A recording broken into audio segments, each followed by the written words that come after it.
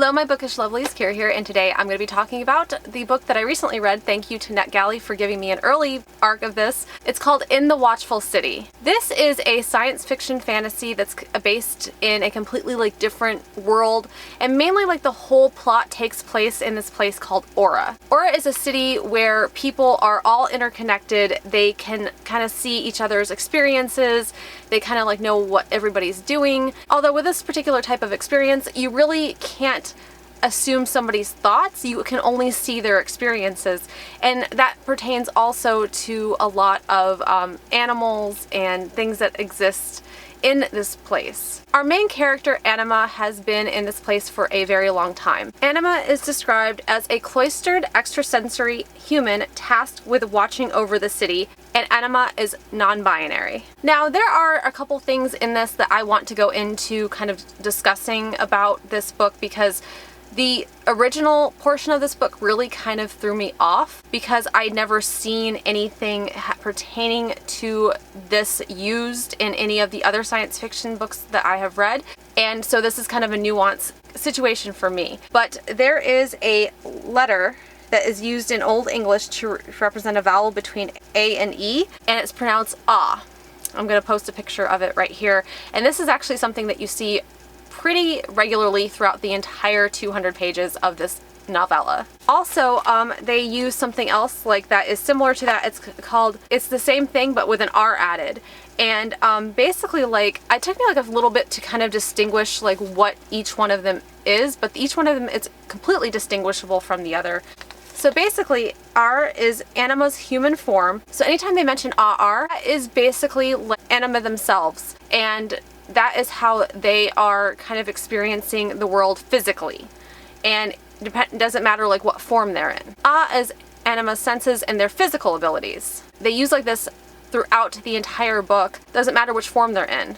Now, Anima, having been in this world for their entire life, was actually adopted into what they call the Gleaming. The Gleaming is described as a complex living network that surveils the inhabitants of the city of Aura and maintains harmony. Basically, when they survey things, they survey the gant, balance, tempo, pheromones, body, odor, and voice of every last living person inside the city. So every person has a distinct signature of all those things to make them more easily identified by the Gleaming. Is what I would call probably a utopian-based society, because they have achieved a way to make sure that everybody has sufficient health care, enough food, a way to kind of fend for themselves and still coexist in this place. Everybody has a place, a purpose, and a way of living. The further we get into this, we meet this person who is also non-binary, named Vessel. Now, the first thing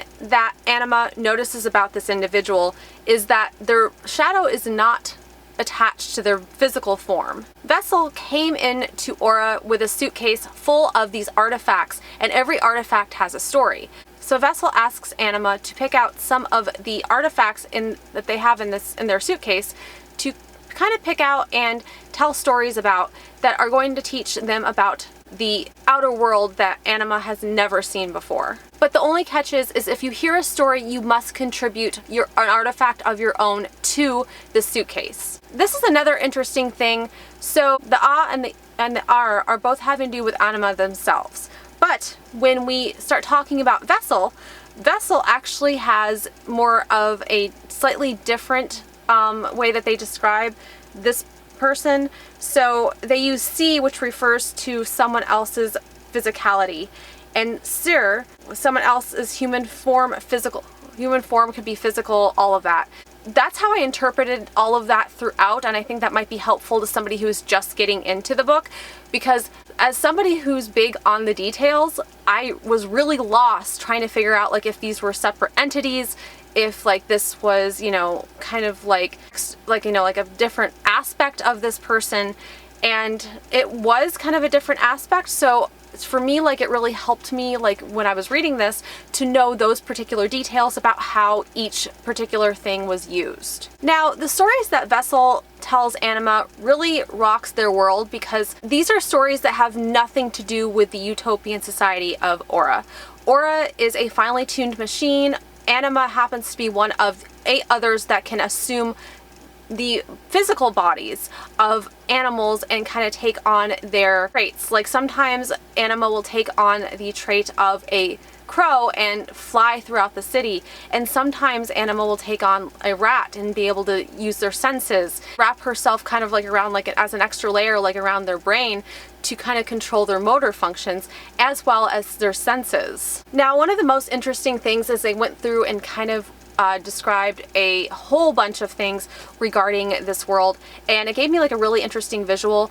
So the Gleaming kind of exists in a giant tree that a lot of people plug into at the base of, and it's kind of considered as nodes.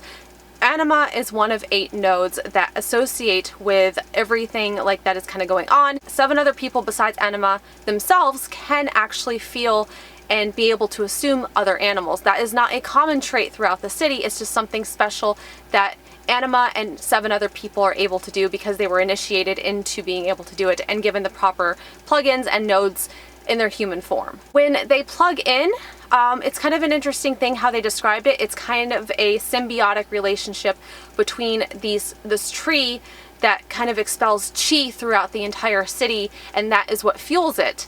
And Anima, who is kind of plugged in like this, you know, whole awareness thing, like they can sense so many things going on in the city of Aura. And it was described as kind of a symbiotic relationship.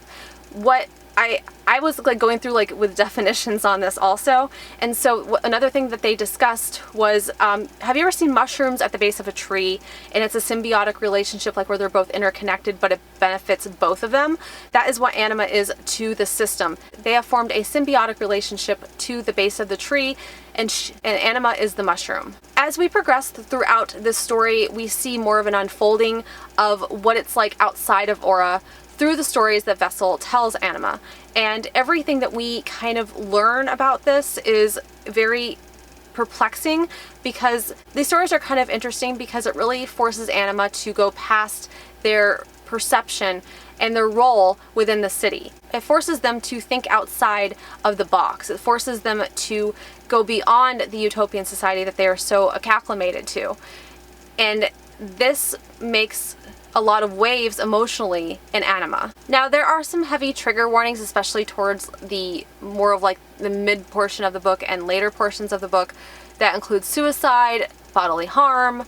I mean, there's not a ton of trigger warnings in this, but the ones that they do have are pretty affecting, considering the fact that it is very intense, emotionally charged, and it does make a lot of points that just because you have a place in the world doesn't mean that you're necessarily going to be happy, and sometimes it can be a curse to have a place in the world because it doesn't give you any room for growth to grow outside that role. So it does kind of touch upon that discussion as well. To get more into Vessel as a individual, Vessel is self-described as a psychopomp. Well, a psychopomp has been described, and I looked up the definition, a guide of souls to the place of the dead, a spiritual guide of a living person's soul.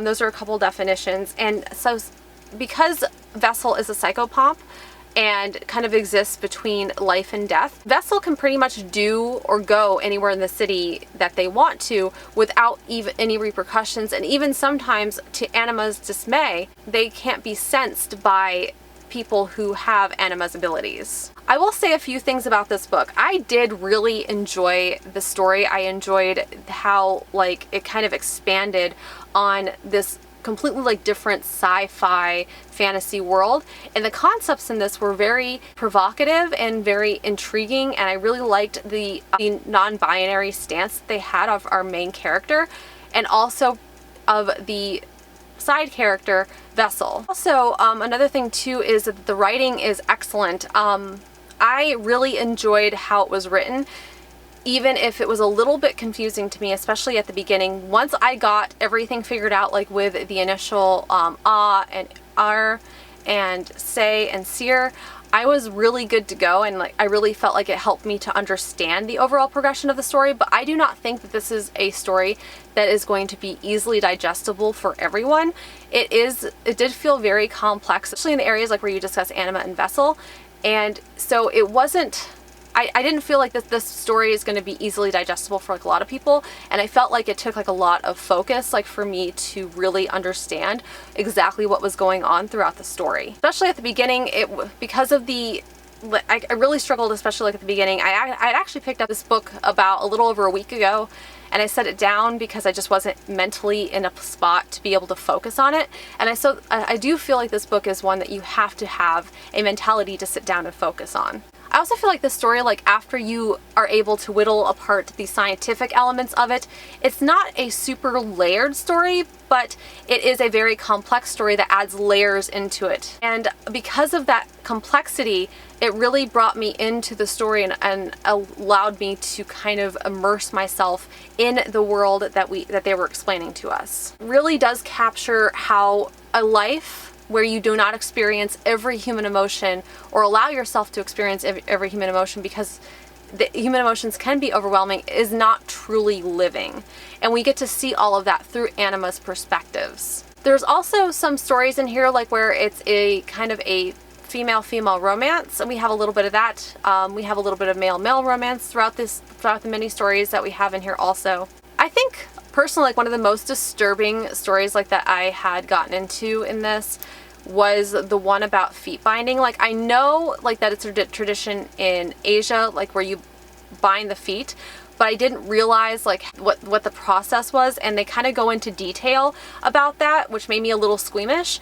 And then I looked up pictures of what it means to have your feet bound. And I have to tell you, like, that I was very disturbed by the fact that they break your toes when they bind your feet. And some of the pictures like that I saw also looked like you had like this heel, but it was because your bones and everything else like were so deformed that from the binding, like that it didn't, I know it's a tradition over in Asia, but like I found it like to be like one of the most disturbing portions of this book, ironically enough, because I didn't comprehend like the full scale of feet binding until I started Googling pictures of it. And I do suggest like that if you want to get the full scale of it, you look up pictures, but prepare yourselves to be very squeamish about the whole foot binding situation, because I was not prepared for that. Also, if you're a fan of mermaids, there is also a short story kind of based around mermaids, and I liked how every single thing in Vessel's suitcase had to do with a particular life experience that kind of captured, you know, something about humanity. A quote in here like that I did want to share before I got to my rating, but this was Vessel to Anima, and it says, "But that is the question that Psychopomp asks every person they meet. Who are you? We will never know who someone else truly is. We are still bounded by the limits of the material world. We still cannot enter someone's soul to navigate the interior sea of the mind. But we can take a moment, a story that illuminates their spirit, if only one facet. Yet, that is what makes life the brilliant gem that it is. The collection of all those facets into a prism, a lens." In summation, I did end up rating this book about a 4 out of 5 stars. The main reason like why I ended up doing 4 instead of the full 5 stars is because it did take me a while to get into, and because the complex it wasn't something like that I could just like pick up and read. Like it was something that I had to pick up, read for like a little bit, digest it, go back to it again, and then pick it up, you know, like, and then digest some more of it and then put it down. It wasn't like a book that I could just like go through and binge. It was something that I really had to take my time with. And while that's great and everything, I really like to binge my stories. So to me, like, this really felt like a 4 out of 5 stars, but I really enjoyed it. And I really think as a science fiction fantasy, it definitely is going to be kind of pushing the limits of some barriers that, you know, kind of explore like a lot about humanity and, you know, being non-binary and so many other things that I just think were just amazing like in this book. Like this book really does have a ton of merit, a ton of things that are just so fascinating and so interesting to kind of be a part of. Well guys, thank you so much for joining me for this review. I hope you guys liked it. If you guys like this, please like, subscribe, and hit the little bell icon if you guys want to receive emails every time I post. I'm also on Amazon, Instagram, Goodreads, and Twitter. Those links are linked in the description below, and I will see you guys again very soon.